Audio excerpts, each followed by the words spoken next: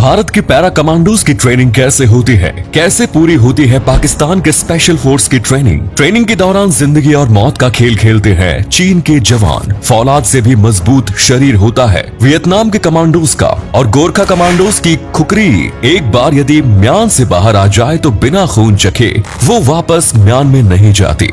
दुनिया के सभी देश अपने आप को शक्तिशाली बनाने के लिए एक मजबूत सेना का निर्माण करते हैं, और लगभग सभी देशों के पास एक स्पेशल फोर्स होती है जो हर परिस्थितियों से निपटने के लिए तैयार रहती है।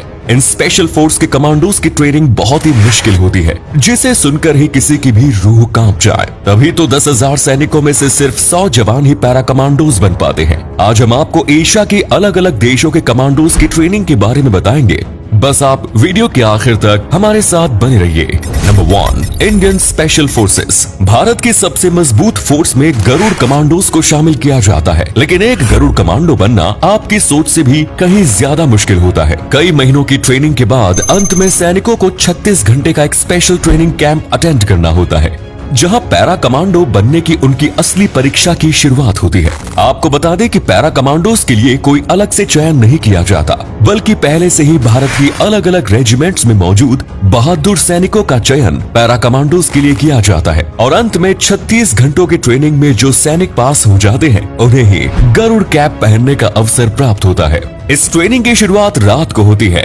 जब सैनिक सोने के लिए जाने के लिए तैयार होते हैं। उन्हें पता नहीं होता कि किस दिन उनकी परीक्षा शुरू हो जाएगी। कई दिनों तक उन सैनिकों की केवल 1 से 2 घंटे की नींद ही पूरी हो पाती है। सबसे पहले सैनिकों की रूटीन एक्सरसाइज कराई जाती है, और इसके बाद 30 किलो के बैटल लोड के साथ उन्हें पहाड़ों की चढ़ाई के लिए कहा जाता है। 10 किलोमीटर का सफर उन्हें 2 घंटे में पूरा करना होता है। 30 किलो के बैग के अलावा बीच में उन्हें अपने साथी को भी कंधों पर उठाकर पहाड़ों पर चढ़ना होता है। ऐसा इसलिए क्योंकि युद्ध के मैदान में सैनिक यदि घायल हो जाए तो उसके साथी उसे वापस बेस कैंप तक सुरक्षित ला सके।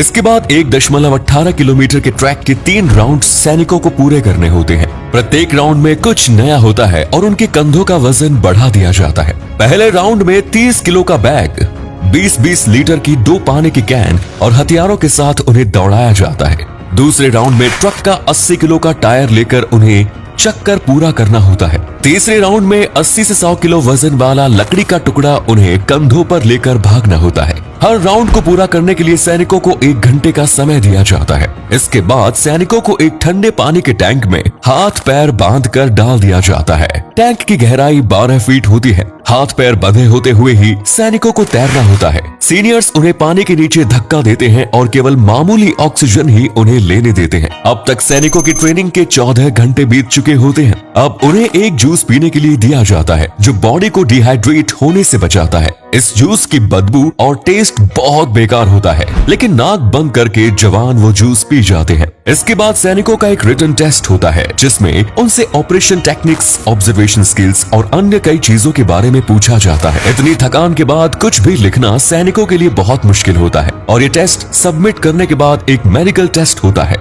साथ ही 10 किलोमीटर की पैदल मार्च भी सैनिकों को करनी होती है। 20 घंटे से अधिक का समय बीत गया है, लेकिन सैनिकों ने ना तो कुछ खाया है और ना ही उन्हें आराम मिला है। सैनिकों को रूखा सूखा भोजन खाने के लिए दिया जाता है। खाना खाने के बाद बहुत से सैनिकों को नींद आने लगती है और वे हिम्मत हार जाते हैं।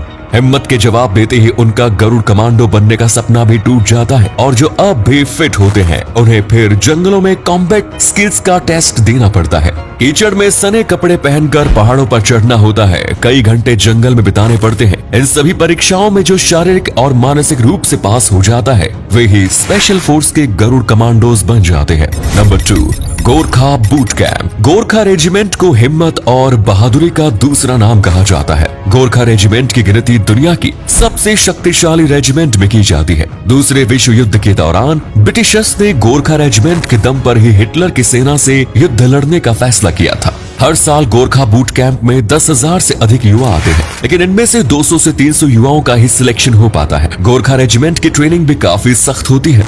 25 किलो का बैग लेकर इन्हें पहाड़ी इलाकों में रेस करनी होती है। कई बेसिक ट्रेनिंग का सामना करना पड़ता है। इनकी ट्रेनिंग करीब 42 हफ्तों तक चलती है, और इस ट्रेनिंग के बाद गोरखा के जवान दुश्मनों पर काल बनकर उतरने के लिए तैयार हो जाते हैं। गोरखा के जवान अपने साथ खुकरी रखते हैं और एक बार यदि म्यान से खुकरी बाहर आ जाए तो फिर दुश्मन का रक्त पीने के बाद ही ये वापस म्यान में रखी जाती है। यदि कोई युद्ध नहीं होता और म्यान से तलवार बाहर आ जाती है तो सैनिक अपने रक्त से खुकरी की प्यास बुझाता है, यानी रक्त का शगुन खुकरी के लिए जरूरी होता है। Number 3, people liberation army training camp, China. चीन के जवानों की ट्रेनिंग के बारे में सुनकर भी आपकी रूह कांप जाएगी। यहाँ पर जवानों की यूनिफॉर्म में गर्दन के पास पिन लगा दी जाती है, जिससे कि जवानों की गर्दन हर वक्त सीधी रहे, क्योंकि गर्दन के झुकते ही सुई उनके गले में चुभ जाएगी। ऐसा सैनिकों में अनुशासन लाने के लिए किया जाता है। इसके अलावा एक और खास बात जो सिर्फ चीन की आर्मी ट्रेनिंग में देखने को मिलती है वो ये कि यहाँ पर पासिंग द पार्सल नाम का एक खेल होता है और इस खेल में पार्सल के तौर पर एक जिंदा ग्रेनेड को पास किया जाता है। ये खेल अपने आप में किसी जंग से कम नहीं है।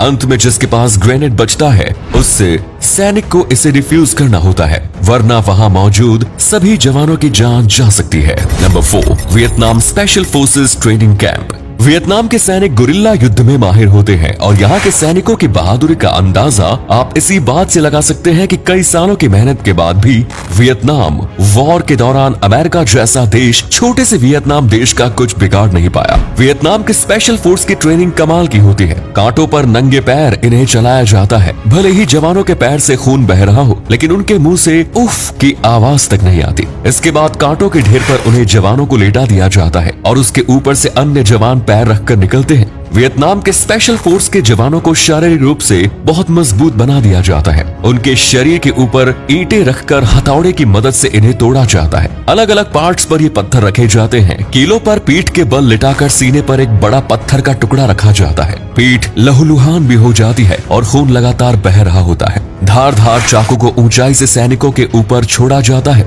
गर्दन से लोहे का सरिया ये जवान मोड़ देते हैं, यानी कुल मिलाकर इनका शरीर हर तरह से फौलादी बन जाता है। Number 5, special service group SSG, Pakistan. Pakistan को अब तक भले ही सभी युद्ध में भारत से हार का सामना करना पड़ा हो, लेकिन इस देश के सैनिकों को कमतर नहीं आंका जा सकता। इनकी ट्रेनिंग भी काफी दमदार होती है। 12 घंटे के भीतर सैनिकों को 36 मील का सफर तय करना पड़ता है और अतिरिक्त 50 मिनट में 5 मील का सफर भी सैनिकों को तय करना पड़ता है। हर प्रकार के हथियार चलाने की ट्रेनिंग पाकिस्तान की स्पेशल फोर्स के जवानों को दी जाती है। जंगल, पहाड़, नदी, रेगिस्तान, बर्फ जैसी हर परिस्थितियों का सामना करने के लिए जवानों को तैयार किया जाता है। जवानों को ट्रेनिंग के दौरान काफी समय तक भूखा भी रखा जाता है, जिससे कि युद्ध के समय बिना कुछ खाए पिए भी वो अधिक समय तक अपने देश की रक्षा करते रहे। तो दोस्तों, आपने देखा कि आखिर किस तरह स्पेशल फोर्सेस के जवानों और कमांडोज की ट्रेनिंग पूरी होती है। आज हमारे देश के जवान सीमा पर खड़े होकर रक्षा कर रहे हैं, तभी तो आप और हम आराम से चैन की नींद सो पाते हैं। उम्मीद करते हैं कि आपको ये सभी जानकारियां अच्छी लगी होंगी। आपको कौन से देश के कमांडोज की ट्रेनिंग सबसे ज्यादा मुश्किल लगी, कमेंट्स में जरूर बताइए।